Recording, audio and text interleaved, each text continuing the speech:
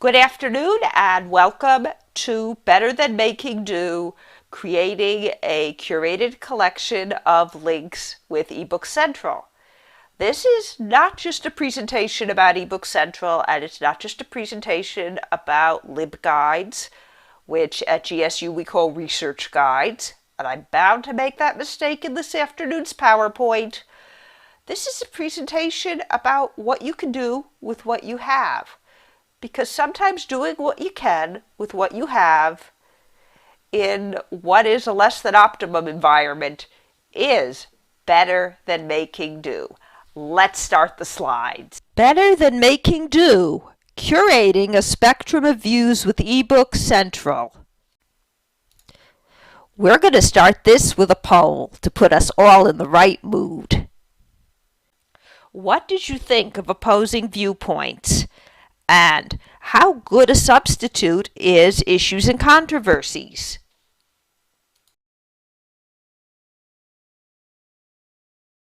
Your opinions may be quite different from mine, but when we lost opposing viewpoints, it was a minor tragedy. What replaced it, of course, was Issues and Controversies. Putting it mildly, Issues and Controversies was never my favorite database. It lacked breadth. It lacked depth. It was never current enough. It was not suited for higher education. Now, opposing viewpoints also had its weaknesses. It was too US-centric. There was not enough science. And it lacked currency. Given my choice, I would send students to our Discover box. If they needed only journal articles, I would send them to EBSCOhost Academic Search Complete. Shout out to our sponsor. And if we needed something very current, there was News and Newspapers. But all of us know that students have background questions. And it's something that won't go away. It's always bouncing around. Enter eBook Central. Now, eBook Central is not that current, but there is News and Newspapers for that. More importantly, students say, I don't want to read a whole book. I don't want to read a Bible. Fortunately, we've got tables of contents. We've also got indexes. You never have to read the whole thing. And while citing a chapter can be hairy, we have Cite Your Sources. And it has up-to-date MLA cheat sheets that are not quite world famous, but do include how to cite a book chapter. Now, we all know what 2020 was like. We got sent home very abruptly. This is where a lot of my work is born. The library was closed to students for about 5 months. Our stacks are still closed. Also, 2020 was the second year without a materials budget. That's physical materials. Now, ProCon has been around forever. I inherited it in 2006. I think it dates to the previous century. This is a screenshot of a 2008 print version. When I got a hold of it, I put it on the web. I also kept the paper. And over time, I kept adding to it to make it more current with whatever we were buying, including ebooks. As we started to get more ebooks, very quickly, it went from 1 handout and 1 web page to 3 handouts and 3 web pages. Summer of 2020, I had more time and ebooks mattered more than ever. And it went almost exclusively to ebooks by then. We had gotten rid of our reference collection, so emphasizing ebooks made sense. Weeding and currency also made sense. By summer of 2020, it went from 3 guide pages to 7 on the Clarkston guide where it had been living to 11, and by the time we had 7 pages, I knew it was time for a guide of our own. So we went from web and print parallel in 2006 to LibGuide pages inside of the Clarkston LibGuide, or inside of the Clarkston Resources LibGuide in 2014 to a ProCon LibGuide in 2020. This is the finished product. There are 11 pages, some of which are tucked under others. I don't count the intro page, even though it's somewhat striking. When I want to search eBook Central for more things to add, I start with an absolutely blank search. eBook Central will let you do this. I set it to 100 items per page, so I don't have to keep turning pages, and I sort it by publication date since I'm looking for new editions. I find what I want, I put it in a great big document that is known as Frisky Brisket. It's also called a bib sheet, and you'll see bits of that. And then when I'm ready to start adding, I alphabetize everything and I revise pages on ProCon Central. And it's time for another poll.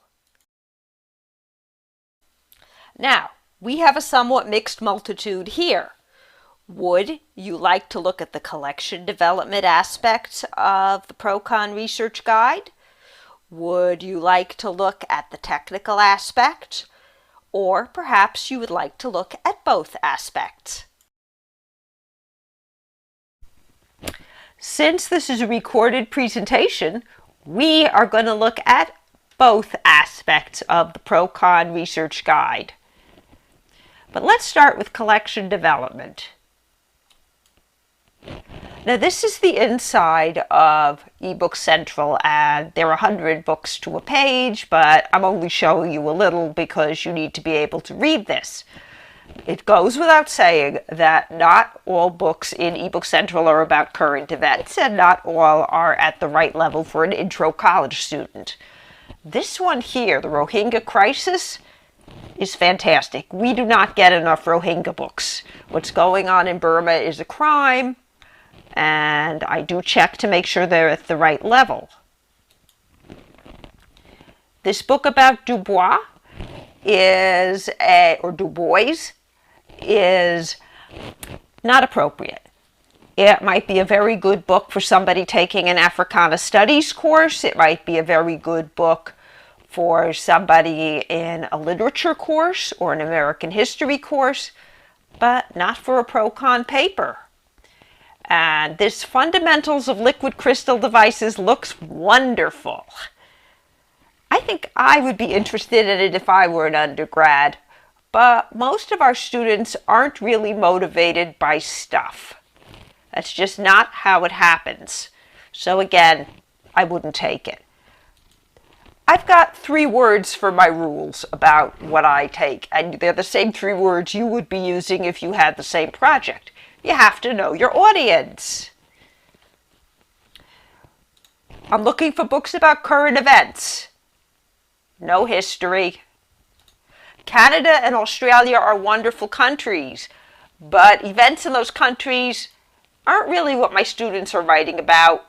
No, thank you. And you have to be able to understand what you read. No jargon, and try before you buy is a really, really good idea. This is what my bib sheet looks like, and yes, it's called Frisky Brisket. It is right now 60 pages long, and it's important that you either make one of these a year or just one of these, period, because you're not going to be updating your guide all that often. And it's very easy to have duplicates. Fortunately, Control F is my best friend. I can look for previous titles and see if I found something before. Now, let's take another look at the bib sheet, Aka Frisky Brisket.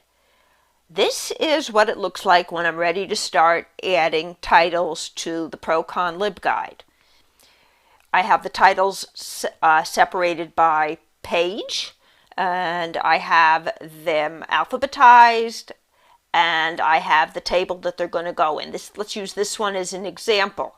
This book called Conversations turned out to be an interview with a Chinese human rights artist who is very famous.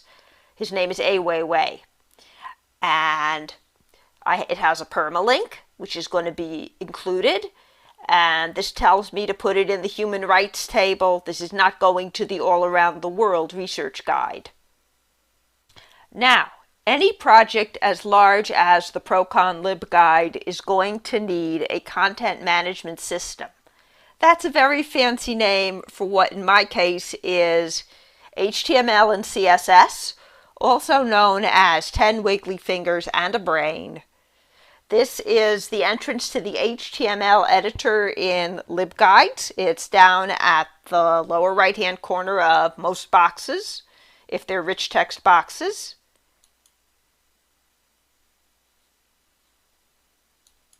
And this is what it looks like when you get it open. And it says it does not validate your code, but that never makes much difference because you'll see a mistake and fix it if you know HTML. The problem with this box is it's too small for the kinds of pages I am building. So I copy everything out and move it to a WordPad document. Now, because I'm doing a lot of copying, deleting, removing, the next thing I do is save this, and I have a nomenclature. This is a close-up. K-style means Kramer style. 2021 is the year. FAMSOS is short for Family, Social, and Gender. One day I'll get that right. And 2C is a version number. And it's a text file. I save as. Save as is one of my favorite phrases in the English language. This is what happens when it's ready to go. I select all of it. I copy it.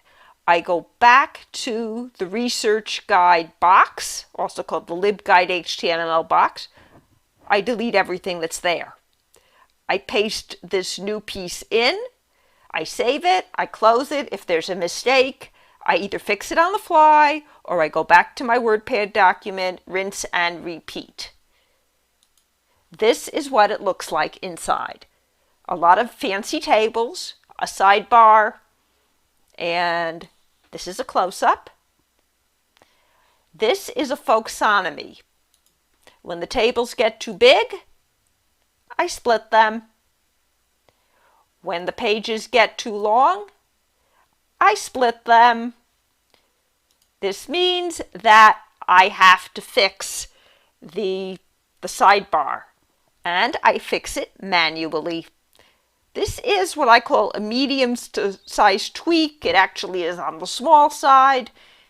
It takes a lot longer if you're going to complain about it. It gives 10 wiggly fingers and a brain plenty of work.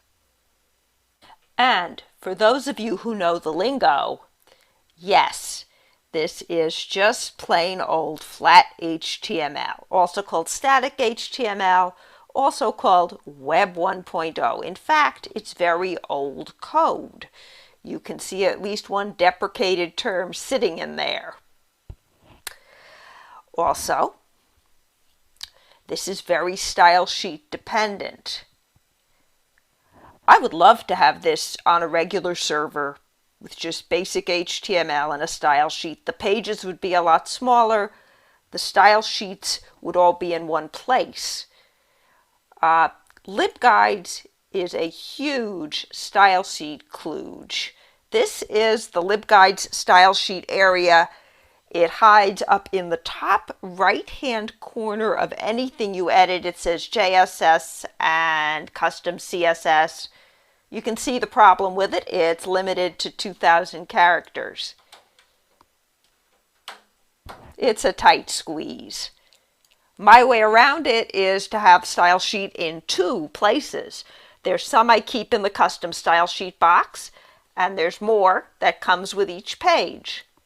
This is what almost every page I put in a LibGuide has on top. More style sheet. Now you need all this styling because style sheets help you with the white space. They make for big black titles. And there's times when stuff just needs to go pop. That's called emphasis. If you did not think there was that much style sheet, I'm doing my job. It's making things easier to read. And it's time for another poll. Now is the time to ask yourself, can you make a list of curated links to help your students? You might already be doing it. You might not be ready to take the plunge. You don't have to tell me the answer. Thanks for your honesty. And now I'm going to share my honest answer. I think that all of you can make your own ProCon or other curated list. You don't have to do it all at once. It starts a little at a time, and then you revise as you go along. One of the nice things about building it in LibGuides or building any of these electronic lists is you are not limited to 2 sides of a page. LibGuides has unlimited pages, server space is cheap, and there are lots of sources. Of course, there's eBook Central. We also have EBSCO-host ebook collection. Thank you, sponsor. My library subscribes to O'Reilly. Then there are the open source sources. Say that 3 times fast. There's OWAPN. I think that is how you pronounce it. It's out of Australia. It has a lot of European books, but every so often something interesting shows up. There's National Academies Press. Your tax dollars hard at work. And for my pre-meds, or for people who are interested in COVID-19, global warming, it's a pretty good source. There's InTech Open. It's controversial, it's technical, but every now and again something good pops up.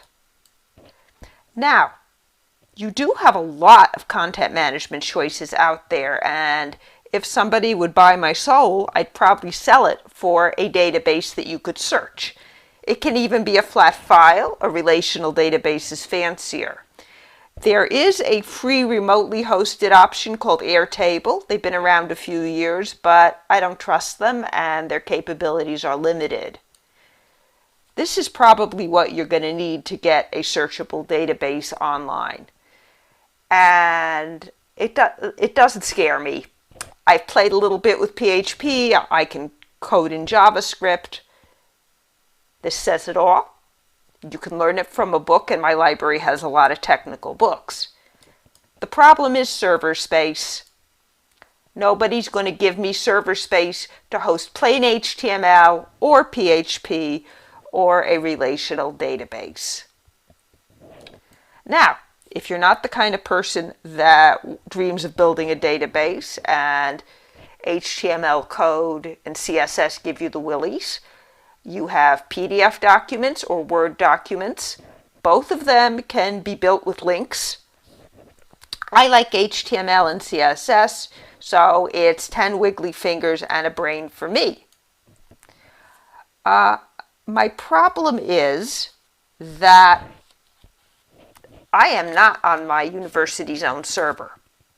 I'm not even sure my university has a server. LibGuides is hosted on SpringShare. We pay for them. They go out of business or raise their prices, or we go into austerity. You can figure the rest. And SpringShare does not even host its own files. They're on AWS, Amazon Web Services. If you ever go in LibGuide's image manager, you're going to see LibApps, and then you're going to see Amazon AWS. The joke is, who has my back? Nobody. Who's at my back? In the end, it's Jeff Bezos. And alas, I have not taught with my ProCon guide. I have not given a conventional library instruction class, information literacy, or fluency class in 15 months. I've been doing workshops. I have one on MLA, which doesn't have a mascot yet. I have Conquering Windows 10. That gentleman in light blue with the shield is the Windows Warrior. I have Wizardry with MS Word. That is the word wizard, and a shout out to Azalea's Dolls for providing the figure that I edited. I'm stuck doing revisions. Revise is one of my favorite words in the English language. In fact, it's my second favorite word.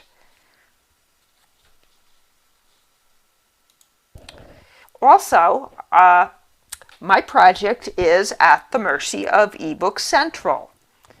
I did some weeding to get the ProCon webpage.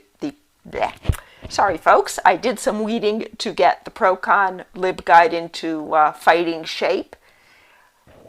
I figured I'd have lots of guests, and this is what I found.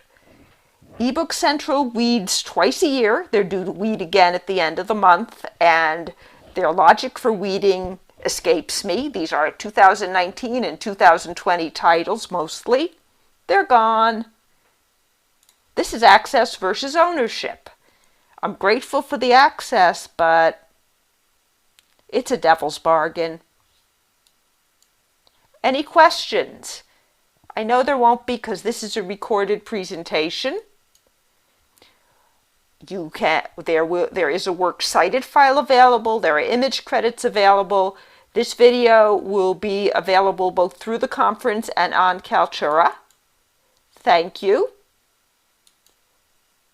Thank you, and have a great day.